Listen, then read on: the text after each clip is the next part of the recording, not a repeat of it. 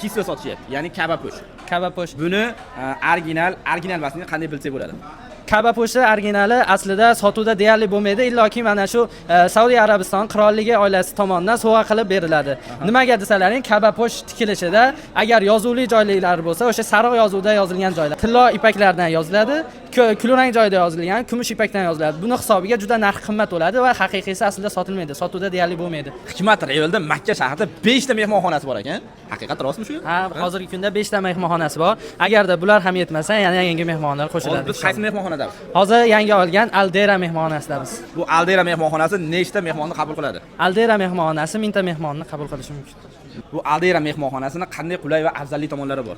Aldera mehmonxonasi Masjidul Haramdan 2,5 kilometr uzoqlikda joylashgan va bu mehmonxonaning avtobuslari soatning orqasidagi Riyobaxsh avtobus stansiyasiga boradi. Xo'p, 5 ta mehmonxonamiz bor dedingiz. Mehmonxonalarning nomlarini birma-bir sanab bering. Mehmonxonalar Samal, Misk Mira Rodo, Misk Ummul Quro, Fajr Badi 6 va Aldera mehmonxonalari. Eng yaqini qaysi? Haramga. Samal, Misk va Misk Ummul Quro mehmonxonalari. Umra safariga kelganlarda muammo bo'ladi. Biz er-xotinmiz. Bitta xonada yotishimiz kerak deyshadi. Shularga ham alohida xonalar bo'ladimi? Alohida kishilik joylashuv asosida to'lov qilinsa, bu yerga kelib alohida xonada turishlari mumkin bo'ladi. Agar sizga Makka shahridan bironta mehmonxona zarur bo'lsa, ukamizga aloqaga chiqaveringlar.